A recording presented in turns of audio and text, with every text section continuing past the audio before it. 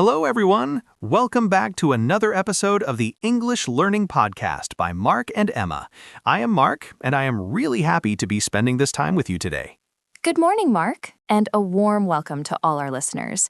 It is always such a pleasure to sit down and chat. How has your week been so far, Mark? Honestly, Emma, it has been a bit of a blur. I feel like I have been running around nonstop. A blur? That is a great expression. It means everything happens so fast that you can't remember the details clearly, like a fast car driving past. Exactly. It was just work, sleep, and yesterday I met a friend for coffee. He asked me, "What have you been up to lately?" And I froze. Oh, the classic question. What have you been up to?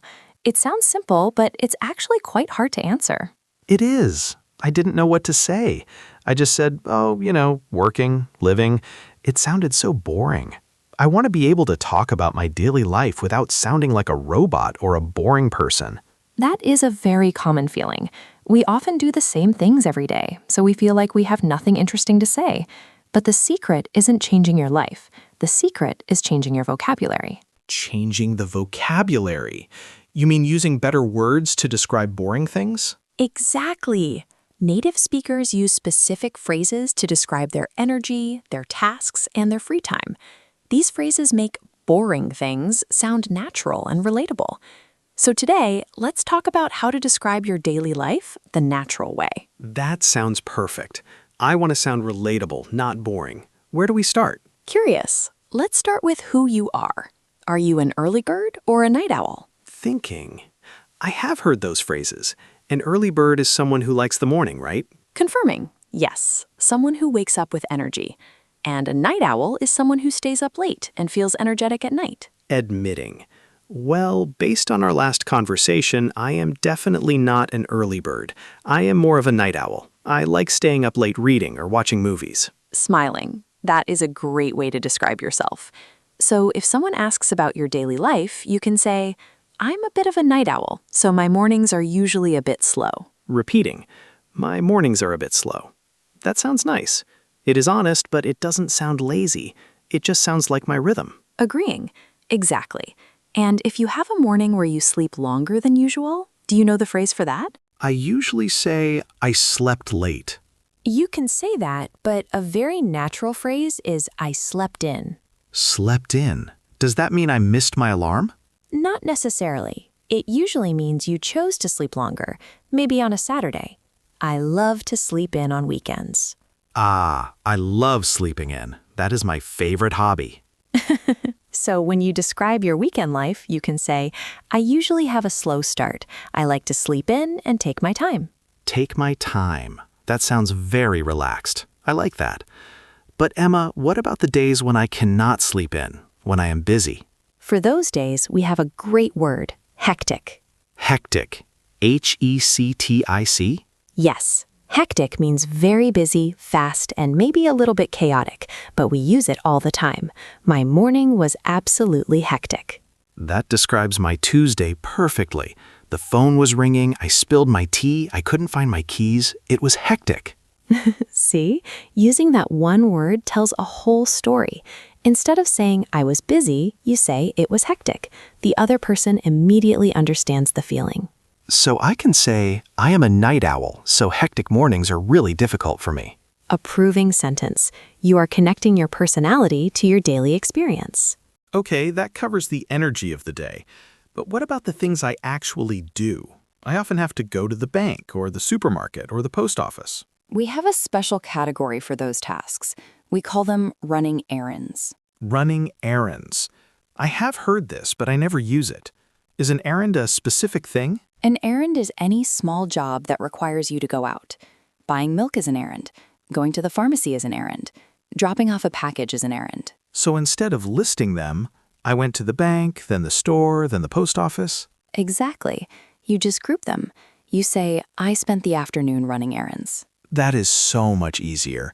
I was running errands all day. It sounds very productive.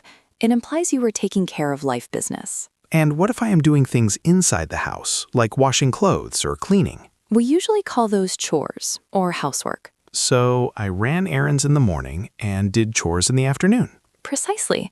It sounds very organized. But Mark, let's talk about the feeling of getting these things done. Do you feel good when you finish them? Yes, I feel successful. A very natural way to describe that is to say you were productive. I had a productive day.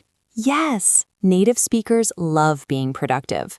If you tell your friend, I had a really productive Saturday, they will probably ask, oh, what did you do? And then I can say, I ran some errands and did some chores. Exactly. You see how these phrases link together? It flows really well. But Emma, sometimes I am not productive. Sometimes I just exist. I sit on the sofa. I look at my phone. How do I talk about that without sounding lazy? This is the downtime. Everyone needs downtime. Downtime? Like a machine that is turned off? A little bit. It means time to relax and recover. You can say, I really needed some downtime this weekend. That sounds almost medical, like I needed it for my health. In a way, you do. Mental health is important. Another great phrase for this is keeping it low-key. Keeping it low-key. What does that mean? It means doing nothing special. No big parties, no big trips, just quiet, simple time. Maybe watching a movie or eating dinner at home. I love low-key weekends. So if my friend asks, what did you do? I can say, nothing much. I just kept it low-key. Perfect. That is a very cool, natural answer. It sounds like you are relaxed and happy with your simple weekend. And what if I hang out with friends, but we don't do anything special? We just sit and talk. You just used the perfect phrasal verb, hang out. Hang out. I use that, but sometimes I worry it is too informal. It is informal, but you can use it with almost anyone, except your boss in a formal meeting. I hung out with some friends. It implies comfortable, unstructured time. And if I haven't seen those friends in a long time? Then you are catching up. Catching up. Like running to catch a bus? No, like catching up on the muse of their lives. We met for coffee to catch up. That is a really nice phrase. It implies conversation and sharing stories. I spent the evening catching up with an old friend. It sounds lovely. It implies quality time. Intrigued. Quality time. That is another good one. Does that mean expensive time? No, not money. It means time where you give someone your full attention. No phones, just connecting. I spent some quality time with my family. That is a beautiful way to describe a Sunday. I kept it low-key and spent quality time with my family. See? You turned I sat at home with my family into something that sounds meaningful and nice. Amazed. It really changes the feeling. Okay, Emma, I have a question about work. We talk about work a lot, but how do I talk about the journey to work? The commute. Yes, the commute. I drive. Sometimes I say, my drive is long. You can say that, but native speakers often talk about being on the way. On the way. Yes, I grab coffee on the way to work, or I listen to podcasts on the way home. It describes the time between places. And if I stop somewhere, like I need to leave my son at school. That is a phrasal verb, drop off. Drop off. I drop off my son at school on the way to work. And in the evening, do I take him? No, you pick him up. Ah, opposites. Drop off and pick up. I pick him up on the way home. Approving. So your day has a rhythm. You head out, you drop off your son, you commute, you work. And then I come home and have some downtime. Perfect flow. Mark, sometimes life is not just about tasks. It is about how we feel about our schedule. What if your schedule is very full? We talked about hectic, but you can also say your day was packed.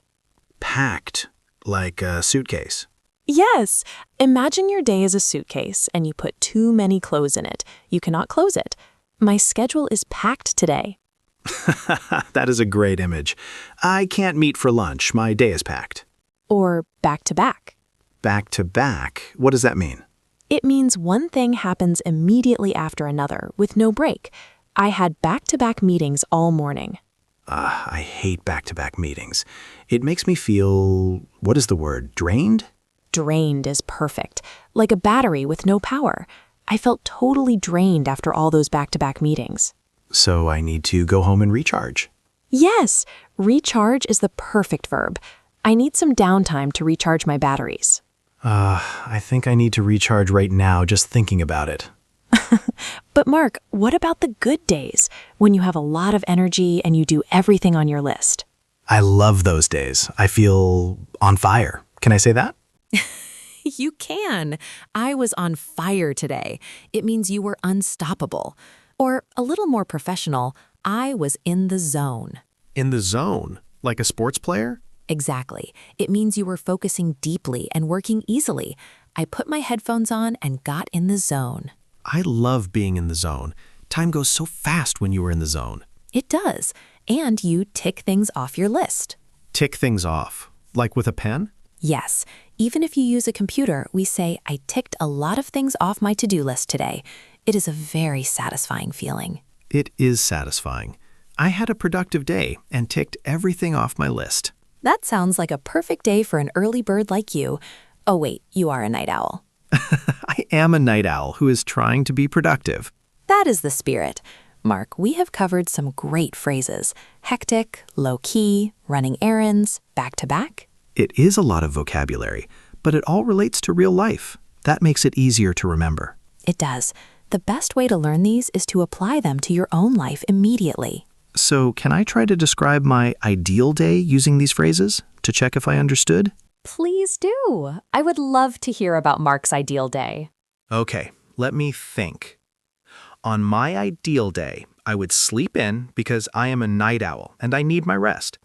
I would keep the morning low-key, just drinking coffee and reading. I wouldn't have any errands to run and no chores to do. In the afternoon, I would meet some friends to catch up. We would just hang out and have some quality time. Then, in the evening, I would watch a movie to recharge. No hectic schedule, no back-to-back meetings, just a calm day. Mark, that sounds absolutely wonderful. And your English was so natural. You used all the phrases perfectly. It felt good to say. It felt like me. It didn't feel like a textbook example. That is because you were talking about your real feelings and preferences. Quality time, recharge, sleep in, these are human experiences. I think that is the key.